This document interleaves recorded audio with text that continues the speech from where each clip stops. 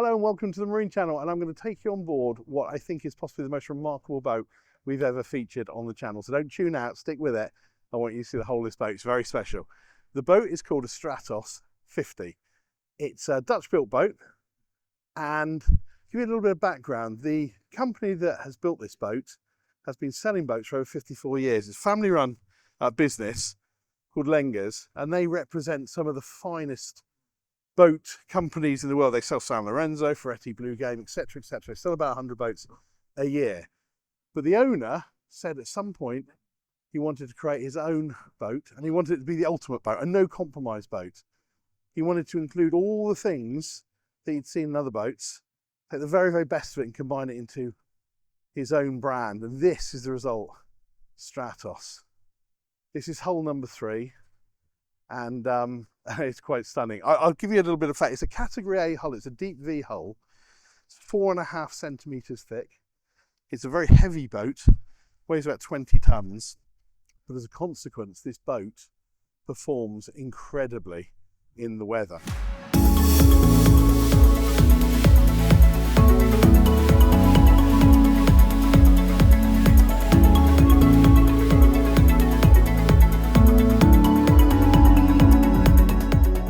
We're going to go on board because there are stories that abound all the way around this boat, and it starts with the bathing platform. So we've got a high-low bathing platform. This is rated to 500 kilograms, and you'll perhaps notice that when you stand here and look across, yeah, it's kind of at an angle. It's not upright, and that was a design feature that means that it puts the whole mechanism under less stress because it's going at an angle rather than up and down. And it also means they can extend the waterline of the boat. So underneath here, the hull of the boat goes further out, and that improves its performance and handling. You can see there are a set of steps that will go down into the water. Now, everything about this boat is no compromise. And the guy that was just showing me around said, it's like a pilot boat in terms of the hull, the quality of the hull, the thickness of the hull, the way it rides, but wrapped in a Rolls Royce. And everything on this boat is either super yacht quality or above. That's the description I've been given.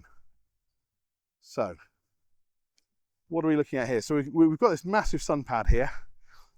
Both these sun pads will open up, and you can put your Sea-Doos under there. You've got a charging socket as well for that, so you can store up to 4 of them in there, or if you haven't got those, you can store anything you want in there as well.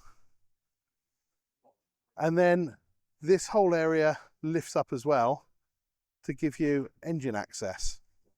Let's step up into the main area of the boat. All this wonderful lighting, all these illuminated panels. Lovely, lovely, lovely. Now there's an abundance of carbon fibre. So we know the hull is heavy, but everything else about the boat is very, very light. So the table you're looking at here is carbon fibre, and this hardtop is also carbon fibre. So this runs all the way here. Must be 6-7 meters long.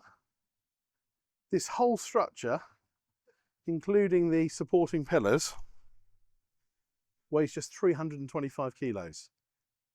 325 kilos. What does that mean? It means this boat's got a very low centre of gravity. So often these elements of a boat can be quite heavy, and that raises centre of gravity. So again, this all goes back to that story that we want the boat to handle beautifully. It also makes it incredibly rigid, so this doesn't flex when you go through the weather.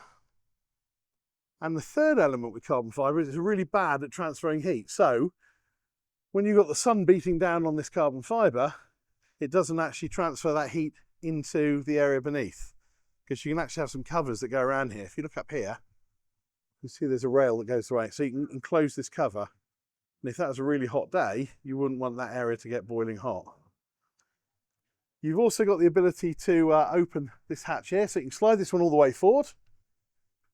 And you've also got this area here that you can slide. Again, you can slide this area all the way back. I've pulled this one back and I've pulled the one behind a little bit forward, so they kind of overlap, but you get the idea. And then we've got more carbon fibre along the side here. So all these handrails, all our table. It's just breathtaking. Okay, this is our outdoor kitchen area. So lift that one up. Move that one there.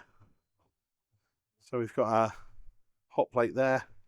We've got our sink. Pull that one up. And then we've got our refrigeration solutions underneath. So let's just shut that one down. So over here we've got an ice maker in there. And then above that we've got a little sink so we can put the ice in there and have our drinks chilled. Then two big refrigerated drawers here and here. And then how about this for detail? So we've got all our drawers here, but these are activated electronically. And I thought, well, you know, what's the point of that? Surely just press and open. And what was explained to me was that when you leave the boat and you turn the power supply off, these effectively become locked. So you can leave stuff in there and it's completely safe and secure. Clever, eh? Just talk about, we spoke about the engines. So the air intakes for the engines are actually inboard. So if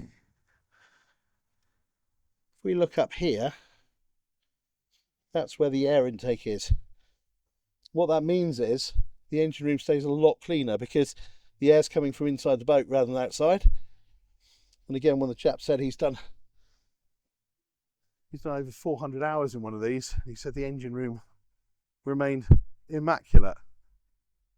Another little interesting fact, and this goes back down to the kind of level of detail, is that all the electronics, all the computers, hardware and all that kind of stuff that monitor and run the engines, all of that stuff is not in the engine room. It's actually its own dedicated area which remains air conditioned all the time. So it means you don't get that temperature fluctuation on any of the electronics. Okay, so we've got 4 seats here, Helm practically in the middle there. These are suspension seats made in-house by the company, absolutely gorgeous. And then we can see here again this abundance of carbon fibre, all of these mouldings, big multi-function screens. And one of the things as well that's quite remarkable about this boat is the audio system. So that's less than halfway. But this is a proper party boat. So imagine the best audio system you've ever had in a house or a car. You've got it on a boat. Okay, let's just move up to the bow section here. Up one step. Again, all this carbon fibre here. So say the weight is in the hull, not in, if you like, the other architecture. We've got our LEDs and our floodlights up the front here. You can see there some of these big speakers. All our anchor handling gear. You wouldn't want to hide that, would you? That is beautiful. That is a piece of art. And then looking back, we've got this sort of forward angled wheelhouse there. So again, testament to the fact this is a boat designed to go through the weather. And I think what's interesting is in terms of top speed, there are other boats out there that on paper will go faster. But the difference is that this will go at its top speed or its maximum speed, regardless of the weather. So if you want to do 35 knots, you can do 35 knots. Let's go below. Now this is very much designed to be a day boat, a super yacht tender, chase boat. So it's not about people staying on board, although you could. So coming down the steps here, we've got a little seating area that will convert into a double bed, obviously. And then you've got another sink here, little bin, some drawers, because all your refrigeration you need is upstairs anyway. Coffee machine, and then you have got a big double underneath the sole, but it's an open double, if that makes sense. But you'd probably use that if you're going to overnight. You'd stay down there and keep your seating area in place. And then you've got your heads here, which is gorgeous. It's kind of tiling in bits and pieces. Oh, if Rolls-Royce made boats, yeah, you can imagine they'd be taking some ideas from these guys. It really is quite breathtaking. Even down to the little knurling on the handles here. And a deeply satisfying noise when you shut the door. You can have the boat in any colour. You can choose the hull colour. You can choose the finishes. There's a whole list of options, obviously. Base boat starts at about 2.3 million plus VAT. This boat, which is pretty much full spec, is around 3 million plus tax or VAT, depending which countries you're in. But that gives you a seakeeper, that gives you a water maker, gives you pretty much everything you can possibly imagine. But wrapped up in this absolutely breathtaking design. So there you go. I hope you get a sense of how special this boat is. The build quality on it is absolutely superb. All the little stories, all the little details.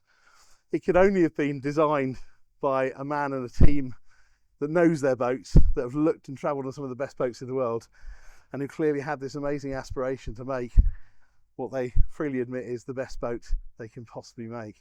So there you go, Stratos 50. Hope you've enjoyed it. Keep watching, keep subscribing, like, share, pass some comments, but most importantly, keep coming back because we love you watching. That's why we do it. Thanks very much, and we'll see you next time. Bye-bye.